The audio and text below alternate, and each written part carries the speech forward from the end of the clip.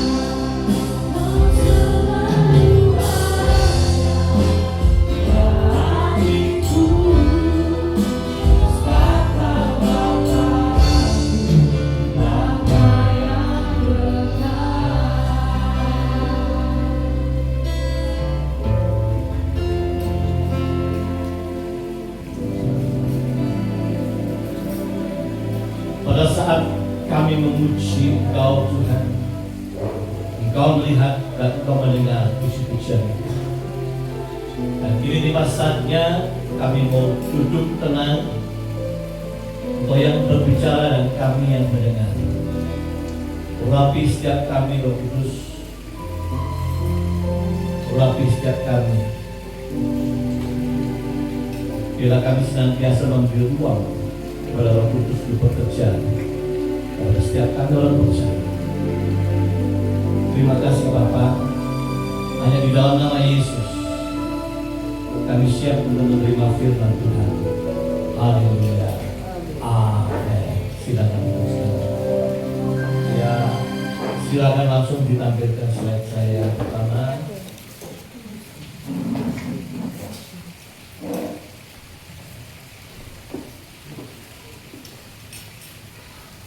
Boleh dimajuin ya, supaya terbaca. Ya, oke.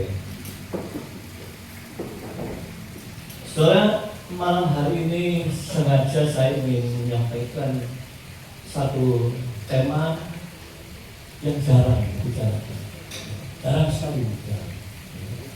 Tapi saya menganggap sesuatu yang sangat penting. Saya akan mulai dari slide pertama ini. Konon ada 4 model orang ya. Satu, orang yang posisinya aku tahu bahwa aku tahu. Nah, ini saudara perlu memahami. Aku tahu bahwa aku tahu. Orang yang kedua, aku tahu bahwa aku enggak tahu.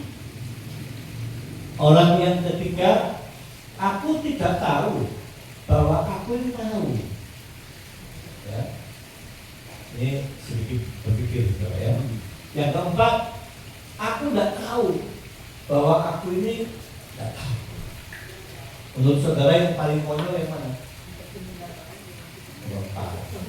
Ya. Nah, lompat. Kalau saya ganti kata tahu, next slide saya ganti pakai sadar. Ya. Aku sadar bahwa aku ini benar. Nomor 2, aku sadar bahwa aku ini tidak benar. Jadi yang 1 dan 2 ini dalam kondisi sadar. Kalau yang contoh pertama dalam kondisi aku tahu, aku ya. Tapi yang ketiga, aku tidak sadar kalau aku ini ternyata benar. Ya. Keempat, aku nggak sadar bahwa aku itu nggak benar. Kembali lagi memang paling konyol 4. Kalau yang 3 itu kasihan. Ya. Dia udah benar tapi dia nggak ngerti kalau dia benar. Dia itu udah tepat posisinya, tapi dia nggak sadar kalau dia itu tepat.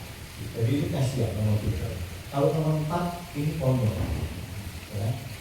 Nomor 1 dan 2 itu baik.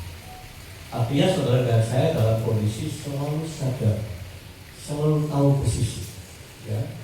Nah, jangan-jangan kita ini juga kadang-kadang ada di kelompok 4. Ya. Contoh ya, bagaimana kalau kita ini bicara tentang kata ibadah. Ibadah itu kalau minggu ada Sunday service, kalau Rabu ini Wednesday service. Ya. Ibadah minggu, pelayanan Rabu ya. Nah, kita fokus tentang ibadah. Nomor 1, aku tahu bahwa aku ini orangnya paham apa itu ibadah. Ya, aku sadar, aku ini ngerti kok ibadah itu apa. Itu paling bagus. Nomor 2 juga bagus. Aku itu sadar, aku tahu bahwa aku ini saja nggak ngerti ibadah itu. Tapi dia tahu dirinya. Nah, yang ketiga, aku tidak sadar, aku nggak tahu bahwa aku ini ngerti ibadah, tapi dirinya tidak sadar. Tapi yang keempat, aku tidak tahu atau aku tidak sadar bahwa aku ini tidak paham tentang ibadah, tapi dirinya tidak sadar. Pasti orang yang keempat ini keliru terus. Ya. Nah, kenapa saya ingin menyampaikan hal ini penting? Penting sekali. Karena ada definisi-definisi yang ternyata orang Kristen itu tidak semuanya bisa menerjemahkan atau menjelaskan bahwa definisi itu ini arahnya. Kenapa? Kalau sekali salah definisi atau salah memahami, maka orang itu seringkali nyimpang. Ya, kalau salah terus memahami, maka orang itu punya paradigma yang keliru. Akibatnya apa? Akibatnya pola pikir dan tindakannya keliru terus. Ya. Contoh yang umum, saya kasih contoh umum. Saudara pernah mendengarkan ada kata bergeming. Nah, ini sering kan orang keliru. Kondisi apapun kok tidak boleh bergeming. Itu betul tidak kalimat? Salah. Yang sering saya lihat di YouTube sekarang tidak bergeming. Jangan kamu bergeming. Situasi apapun jangan bergeming. Namanya betul, tapi salah. Bergeming sendiri itu artinya maknanya bergeming itu tidak goyah. Jadi kalau kamu ngomong situasi apapun jangan bergeming, artinya apa? Jangan tidak goyah. Artinya apa? Goyah. Jadi kalau ada ancaman-ancaman seperti ini, kau jangan bergeming. Itu pengertian itu. Kalau ada ancaman apapun, lu harus goyah gitu. Ya sama, karena bergeming itu tidak goyah, tidak goncang. Jadi kalau orang ngomong kau tidak boleh bergeming, itu sama. Artinya orang suruh bergeming. Ya. Nah, definisi ini kalau pemahamannya itu terus ya. Dan banyak kata-kata itu yang sering dipahami dengan salah. Contoh lagi. Ya. Ini merupakan tolak ukur atau tolak ukur? Sering kan? Orang sering ngomong. Ini tolak ukurnya betul. Padahal betul itu tolak ukur. Bukan tolak. Tolak itu menolak. Ya, kalau tolak itu ukuran, panduan. Ya. Makanya saya perlu bicarakan, banyak orang ternyata tak paham ibadah itu. Satu hari ada yang konseling baru selesai bertobat karena rumah tangganya hancur. Ya, bapak ini memperbaiki diri. Setelah beberapa bulan kemudian dia datang, dia cerita, Pak, aku ini kurang apa ya? Sejak aku nyatakan aku bertobat, coba Pak pikir, aku ibadah tidak pernah pergi. Minggu sebulan 4 kali tidak pernah pergi. Bahkan ditambahi di tengah minggu ada ibadah, kadang aku sih. Jadi kalau sebulan minggunya 4, berarti ibadah dia 4 dan absen. Ditambahi tengah-tengah ada sekali ibadah. Anggaplah harus tiap minggu. Jadi 8 kali ibadah. Kurang apa Pak? Aku ibadah sudah 8 kali tidak tahu absen. Ya, ini seringkali kita ini melenceng mengenai makna ibadah. Kalau melenceng ya salah terus. Next, oleh sebab itu apa itu ibadah?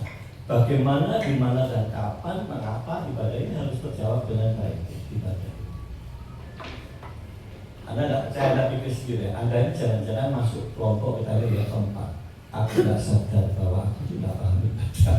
Maka ngomongnya keliru terus. Ya. Merasa seperti tadi itu, udah bertobat, ibadahnya udah 8 kali seminggu.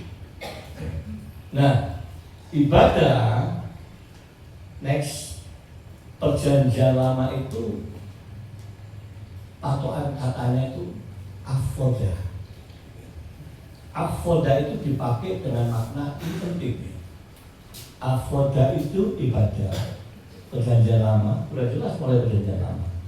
Satu, itu mengandung makna working, bekerja, melakukan, dia bertindak. Satunya worship.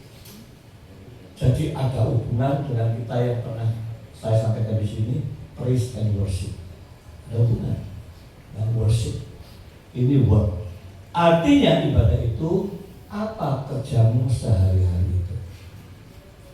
Apa yang kau lakukan, kau kerjakan saben dino. Ya, jadi tindakan. Yang kedua merupakan worship ritual di dalam ibadah. Nah, ini dua bentuk. Jadi kalau teman saya tadi udah bertobat sebulan 8 kali ibadah, maka dia hanya melakukan ritual ini.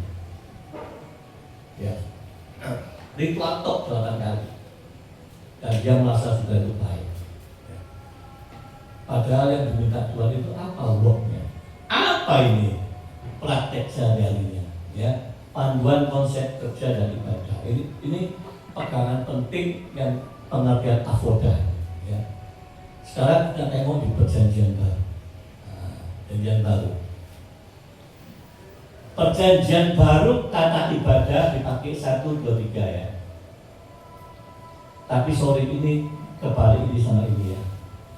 Latria itu ibadah yang bersifat junjungan, penyembahan, memberi penghormatan kepada Allah tertinggi, kepada Allah. Ya.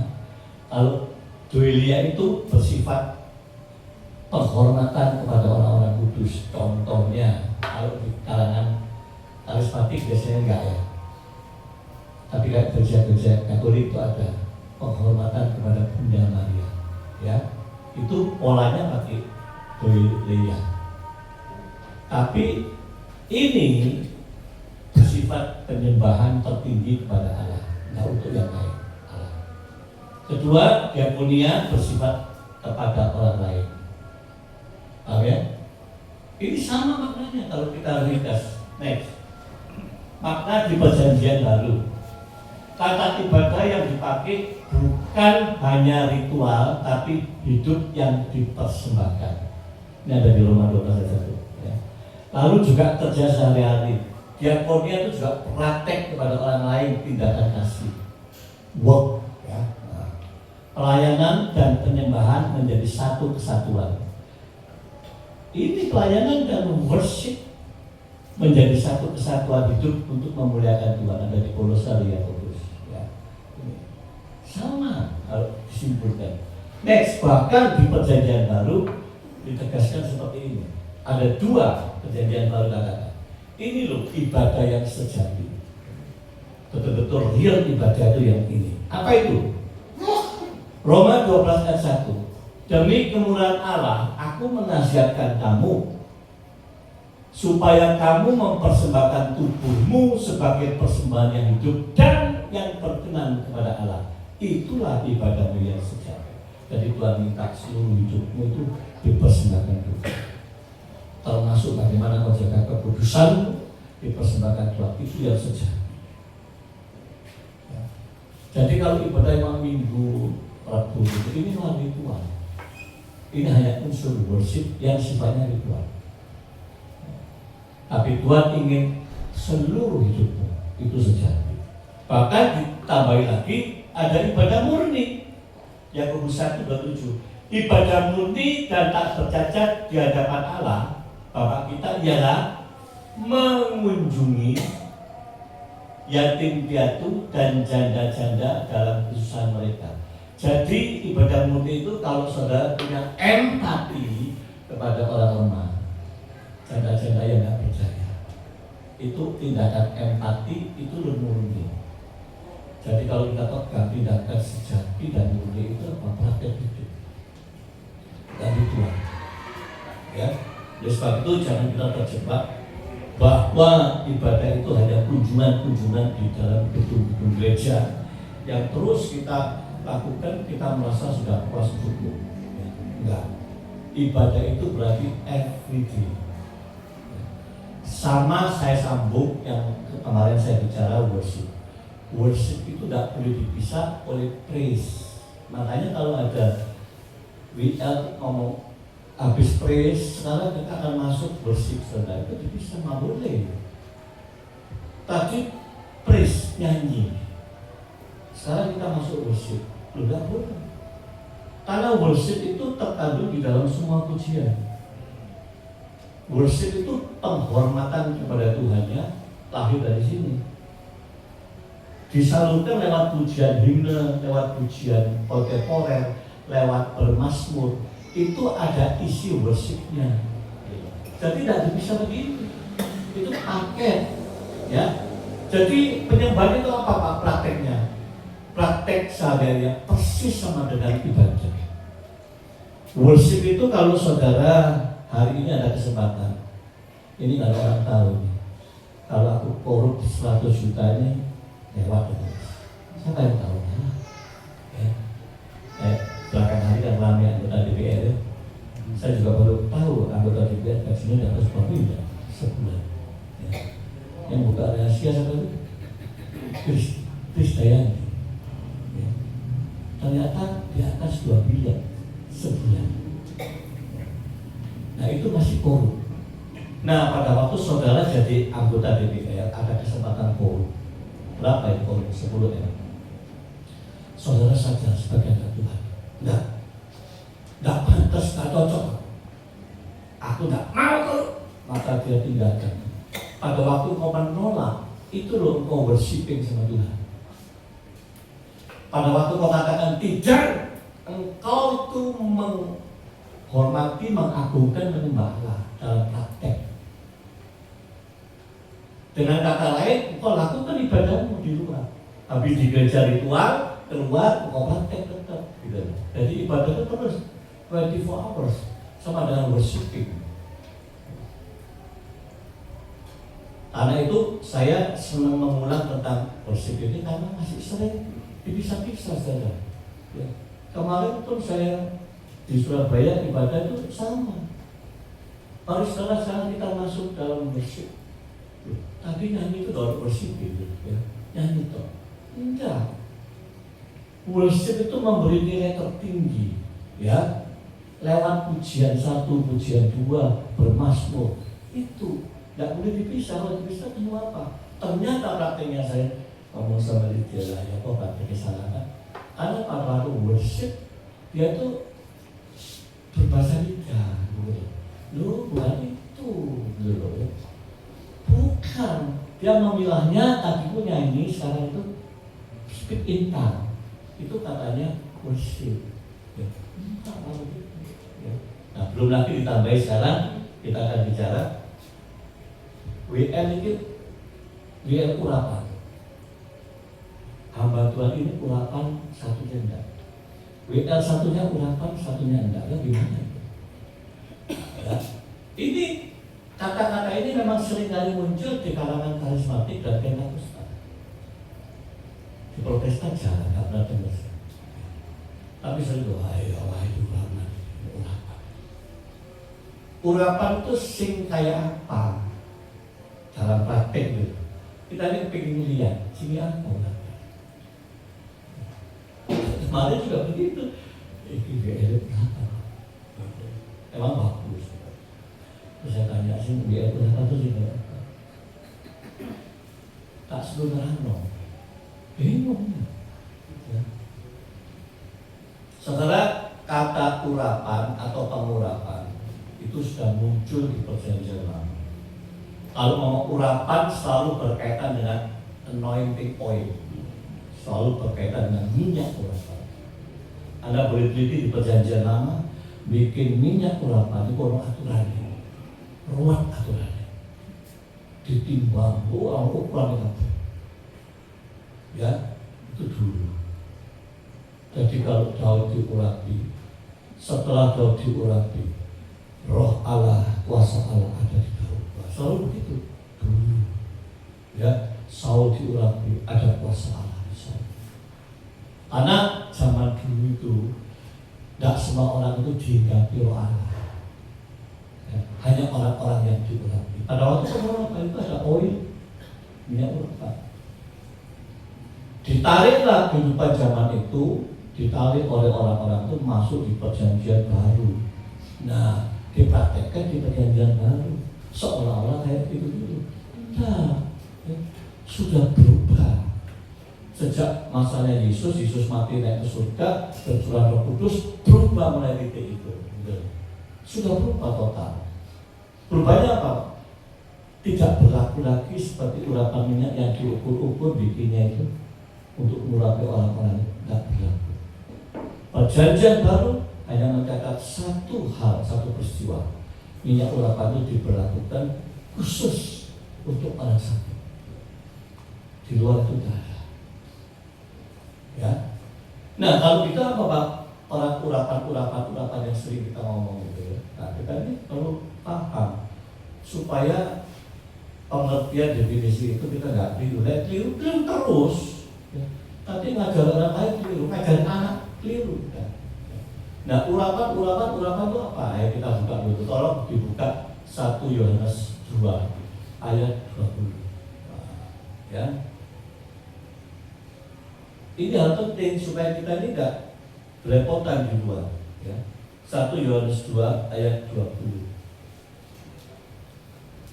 Tetapi kamu telah beroleh pengurapan dari yang kudus. Dan dengan demikian kamu semua mengetahuinya. Garis bawahi, kamu telah beroleh pengurapan dari yang kudus. Sudah dikasih kita ini. Siapa kasih? Yesus. Dikasih apa? Holy Spirit.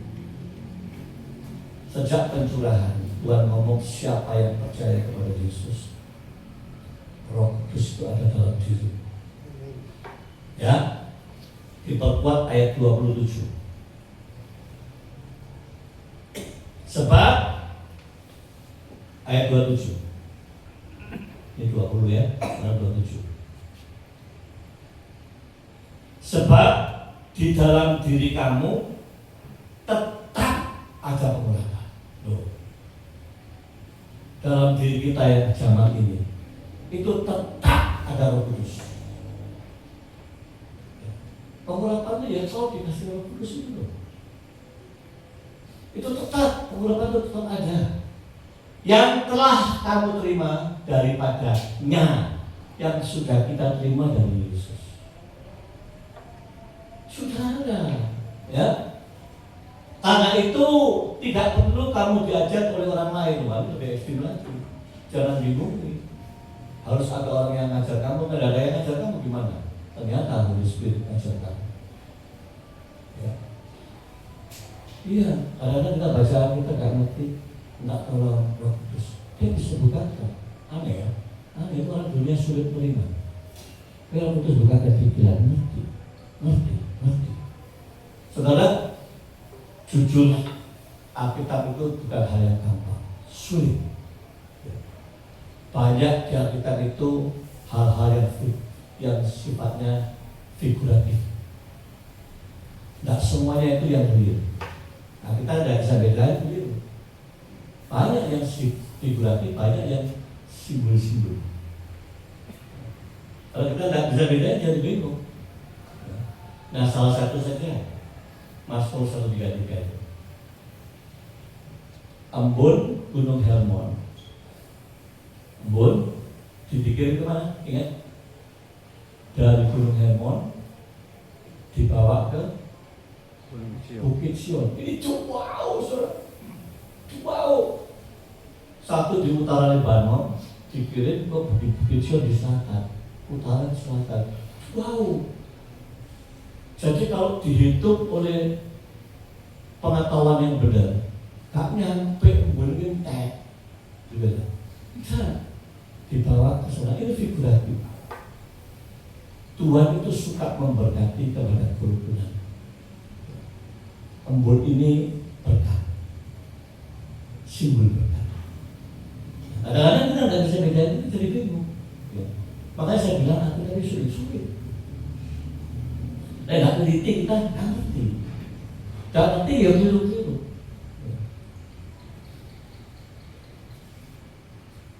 Tadi pagi saya baca filmnya Pak Agus, bagus sekali. Yang di Tawaria. Itu juga ada yang kalau kita nggak ngerti jadi bingung. Seolah-olah di situ kita itu bisa mengubah waktu ya Tuhan. Seolah kita ini manusia punya peran mengubah planningnya waktunya Tuhan. Seolah itu, padahal enggak. Sampai saya bilang, bongkar ini pengen bisa jadi apa ini? Kalau dibaca lewat-lewat ya kita banyak ngerti. Nah yang gini-gini kan sering ini urapan. Nah, sekarang saya mau jelaskan. WR yang urapan dengan pengkhotbah urapan itu di mananya Pak yang urapan? Apa hubungannya dengan pengertian pengurapan saudara di sini? Praktek ini apa? Nah, praktek ini sama dengan worship itu. Orang yang dirinya selalu membuka, memberi tempat kepada Roh Kudus untuk berkarya. Ini orang sebut intim dengan Roh Kudus sehari-harinya. Intim dengan firman. Membuka diri, membuka hati supaya Roh Kudus berkarya. Roh Kudus diajak berkarya. Orang yang kerap seperti itu, orang itu urapan. Roh Kudus itu kerja dalam dirinya. Itu berlaku ya untuk jemaat, untuk pengkhotbah, untuk pemain musik, untuk setiap orang percaya. Memang dalam prakteknya ternyata tidak semua orang memberi ruang Roh Kudus untuk berkarya. Ada yang nggak ngerti ya diam aja. Ya. Ada yang mulai ngerti dan doa Roh Kudus tolong aku. Ya mulai dia berkata-kata tentang Roh Kudus. Ajak supaya berkarya. Terus itu, Roh Kudus pasti mau. Tapi ada yang nggak ngerti ya dia ini. Makanya A dengan B dan C itu bisa lain-lain. Ya. Karena kan pengertian ini penting. Umatku binasa karena lack of knowledge. Umatku bisa binasa karena kurang pengetahuan. Nggak boleh. Makanya baca firman nggak cukup merenung. Kalau udah merenung tuh masuk dalam meneliti pasti gitu. Punya hati ingin tahu, nggak nerima. Apa maksudnya? Cari terus. Ya memang susah kalau orang tidak hobi baca, lebih susah. Ya. Karena mau cari sumber lainnya membuka-buka tambah males. Yang hobinya baca, enak. Ya saya ketulung karena saya suka membaca. Saya ini tidak sekolah formal. Anda yang berkesempatan S1, S2, teologi, saya tidak bisa. Saya tuh belajar di sini. Paling ngambil kalau di Surabaya di Andika Plaza itu ngambil modul yang saya suka saya ambil. Andika Plaza itu bukan karismatik, situ itu golongannya Stephen Top gitu. Tapi saya tidak anti, jadi saya ambil belajar. Mau sekolah resmi, gak nutup bisa. Karena saya ini hidupnya orang lapangan, gak tahu di rumah, gak tahu. Dulu masih aktif sekali, 24 tahun saya hidup di lapangan terus, malah bisa. Kepengen dia tapi gak bisa terus. Caranya itu, ngambil produk-produk itu. Tapi karena saya hobi baca, dulu pitrannya saya itu lebih rohani dari saya. Saya nggak ngerti apa-apa. Saya lebih rohani, mamanya majelis. Ya. Tapi kalau aku sadar bahwa aku harus belajar, saya nggak tahu. Ya. Tapi ada usaha. Nah, urapan itu nggak yang aneh. Oh, pengkhotbah ini dia diurapi Tuhan. Kalau dia membuka diri terus supaya Roh Kudus berkarya, dia akan diurapi. WL sama, jemaat sama. Kalau kau nggak pernah buka, ya nggak ada. Pengurapan itu nggak bekerja. Makanya yang disebut kau harus intim ya. Jemaat ini kau harus ada pengurapan ya. Ya itu, gitu loh. Nggak ada yang rahasia. Jangan sudah bayangkan seperti urapan di zaman perjanjian lama lagi udah nggak ada. Bahkan sekarang pun yang zaman ini orang sakit minyaknya apa? Saya tanya, minyaknya apa yang dipakai? Hah? Baby oil. Baby oil. Zaitun. Ya. Ada anak sama air. 3 tukus belah. Baby oil. Itu. Ya sebagai lambang. Tidak apa-apa. Tapi ya itulah. Dulu pun saya pernah keliru. Awal-awal yang ngerti. Karena ngikuti pola perjanjian lama. Kalau berkati orang kayak minyak-minyak rasanya ada. Itu nggak pakai minyak. Ya. Doain orang, ya dosa minyak, ngapain? Namanya kuasa Roh Kudus nggak bisa bekerja. Ngusir setan apa harus pakai minyak? Enggak. Ngusir setan itu karena imanmu. yang keluar lewat praktek ucapan tentang Yesus. Puasa kok usah bingung ya. Nah, inilah hal-hal yang kita perlu mengerti, urapan, worshiping, ya, sama ibadah. Ketokannya hal sepele, tapi banyak orang keliru gitu. Saya suka memperhatikan hal itu karena apa? Saya sendiri, diri saya sendiri tidak mau keliru, tidak pengen keliru. Jadi yang menggali itu apa sih sebetulnya? Sebenarnya apa sih? Nah, gitu. Jadi kalau udah tahu ini, oh ini dia dimaksud. Ya. Urapan itu seperti itu, ya seperti itu. Gak ada yang aneh, gak ada yang disembunyikan aja. Jadi balik ke slide saya, next. Nah, apa, bagaimana, dimana, kapan? Kalau kita ngomong ibadah perintah. Dimanapun kamu, kapanpun kamu, saat kamu hidup berpadanan dengan Kristus, itulah ibadah. Saat kamu hidup berpadanan, praktek hidupmu dengan Kristus, itulah worshipmu. Ayo, ada yang sulit kalau udah mengerti ini lah. Oh, worship itu iya. Pada waktu kau berkesempatan selingkuh, ngomong, enggak mau selingkuh, aku itu zaman dulu, aku selingkuh. Hari ini enggak, engkau itu worship kepada Tuhan, praktek worship, sama dengan kau menjalankan ibadahmu. Itu ya. Saya berharap, saya sangat berharap ini dipahami. Masa sulit sih enggak kan ya? Enggak ya. Karena saya berusaha bikin ini supaya gampang saudara. Amin saudara. Amin. Pak Bu amin. Amin. Ya next. Ya. Amin. Ya. Betul. Ya. Amin. Amin musik ya.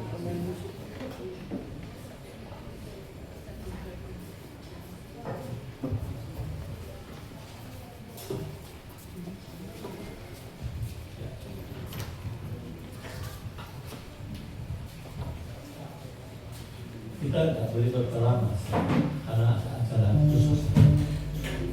Ya, silakan itu.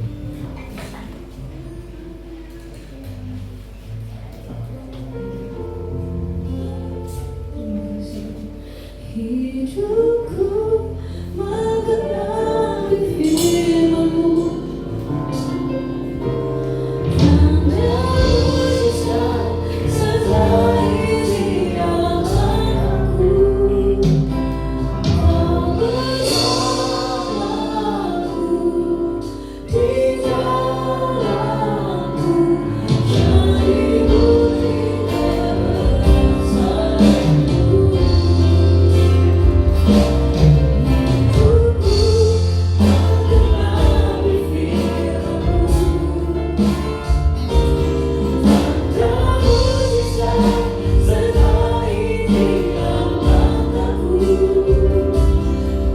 kebesaran-Mu.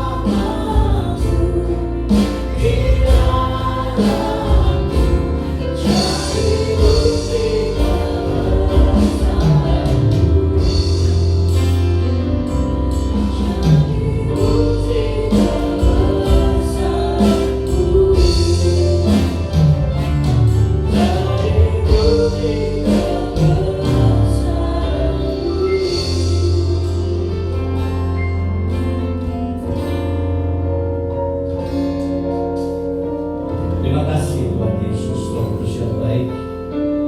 Waktu yang singkat yang pendek ini Kau mengajar setiap kami. Kami jadi mengerti apa itu ibadah. Kami jadi mengerti Tuhan bagaimana kami worship. Kami jadi mengerti Tuhan bagaimana itu anointing. Kami percaya tidak ada yang Tuhan sembunyikan. Semuanya terbuka dan kami harus paham zaman ini. Inilah zaman akhir. Kami hanya menantikan kapan waktu akhir zaman itu tiba. Inilah zaman anugerah, zaman penghabisan kemurahan Tuhan. Oleh sebab itu terima kasih Tuhan Yesus. Sekarang kami bersyukur lewat kebenaran firman-Mu, Kau sudah mengajar kami. Kiranya kami terus berdiri di dalam ketelatenan firman Tuhan. Haleluya. Amin.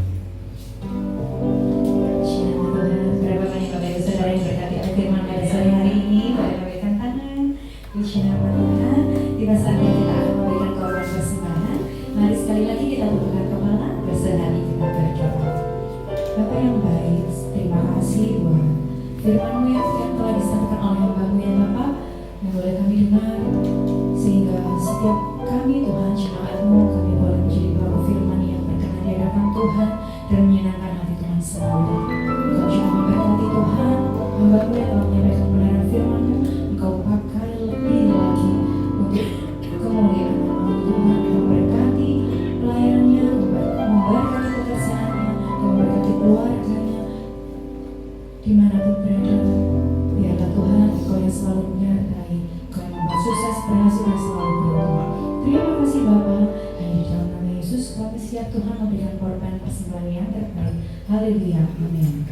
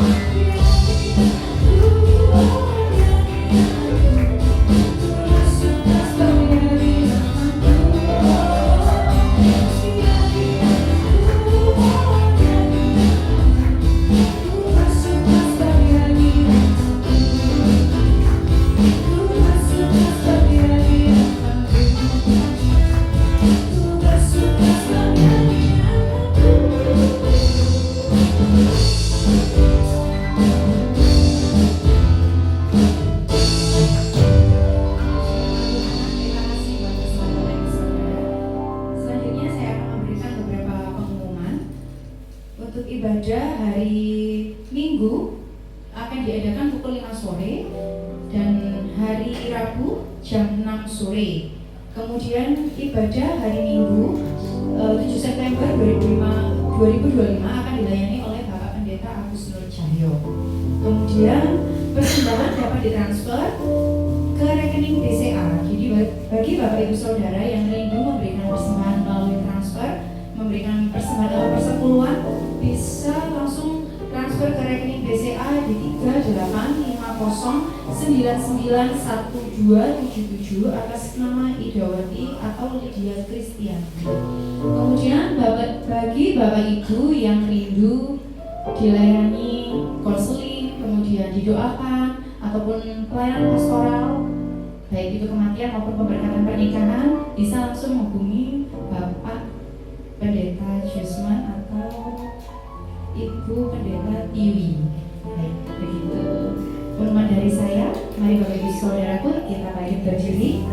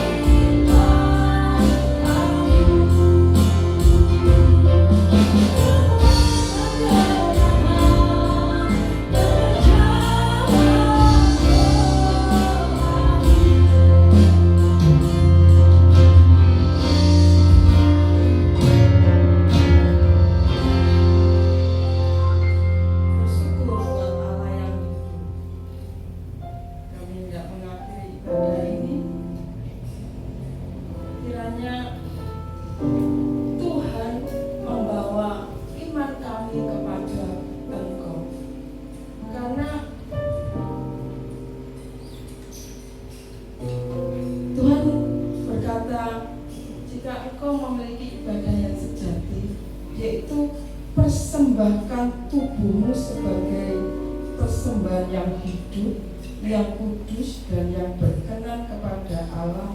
Itu adalah ibadahmu yang sejati.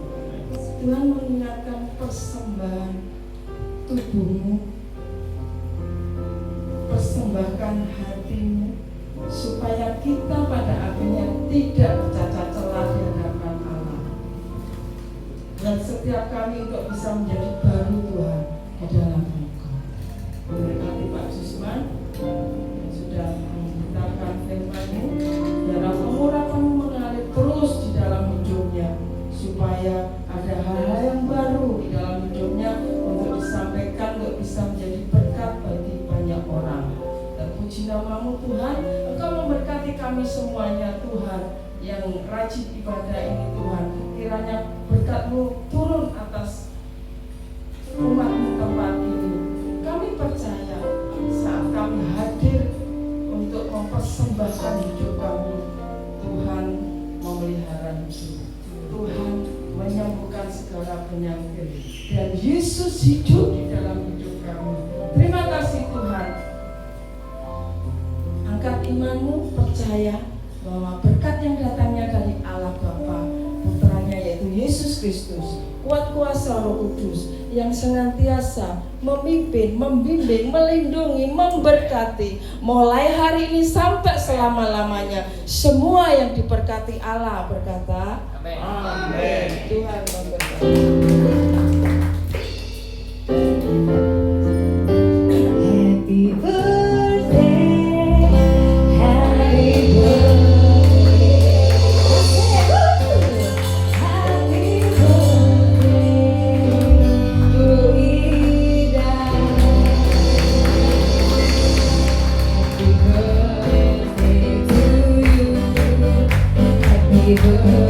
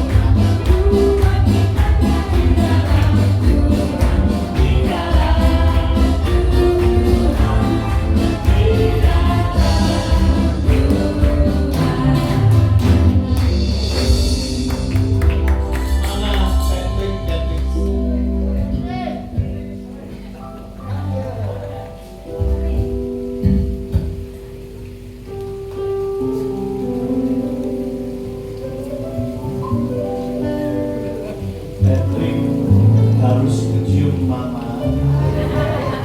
Titik anak ini ya. Gitu. 1, 2, 3.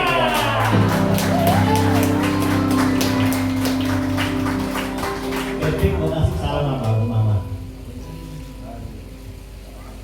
Buat Om Megawati, semoga mama diumur dan selalu apapun yang mama kerjakan untuk belajar.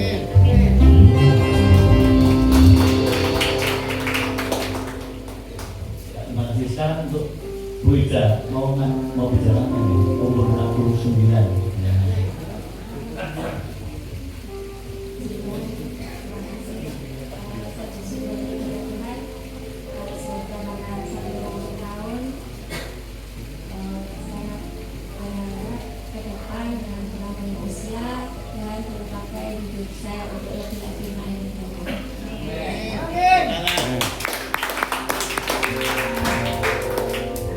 Bagus, doakan.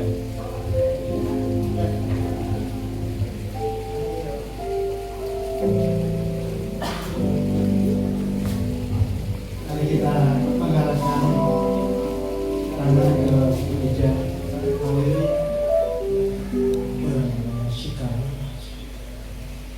Terima kasih Tuhan buat apa yang Tuhan telah kerjakan dalam kehidupan Ibu Ida.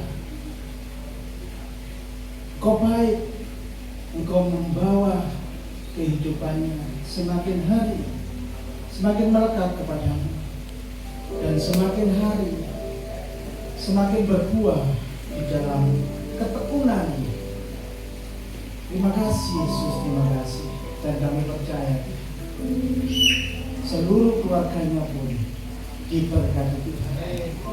Pak Sony, suaminya, dan juga anaknya yang kita bersama-sama yang kuliah di Jakarta, apa itu, berkati juga. Pakai terus bagi kemuliaan nama Tuhan, di dalam nama Tuhan Yesus Kristus. Haleluya. Bu Ida diberkati. Yang setuju katakan amin.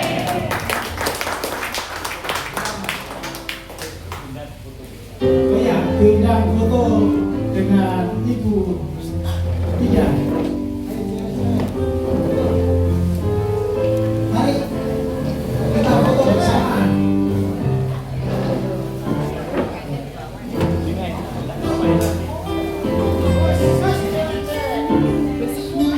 Pak Junet, jika ulang tahun.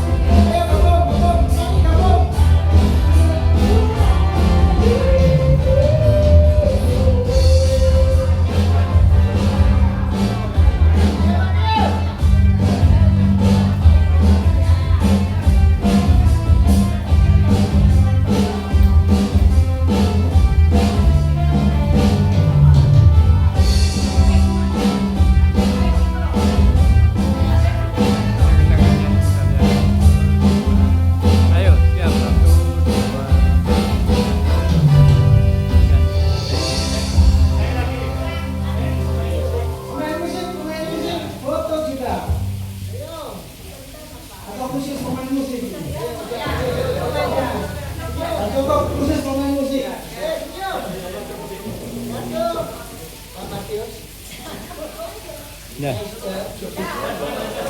Saya sudah kering ini. Jangan tak foto-foto ini. Habis, nanti habis. Ya, saya baru sudah kering ini ya.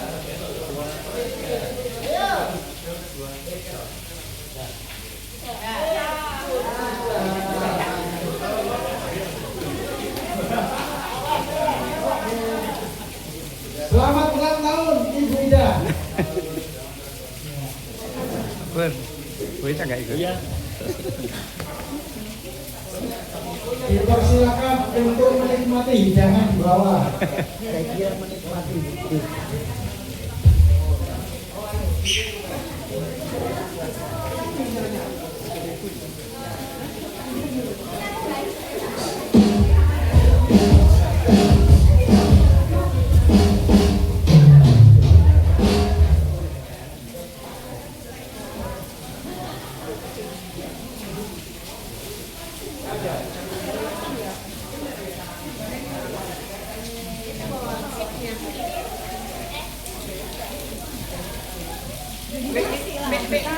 Di tasnya papan.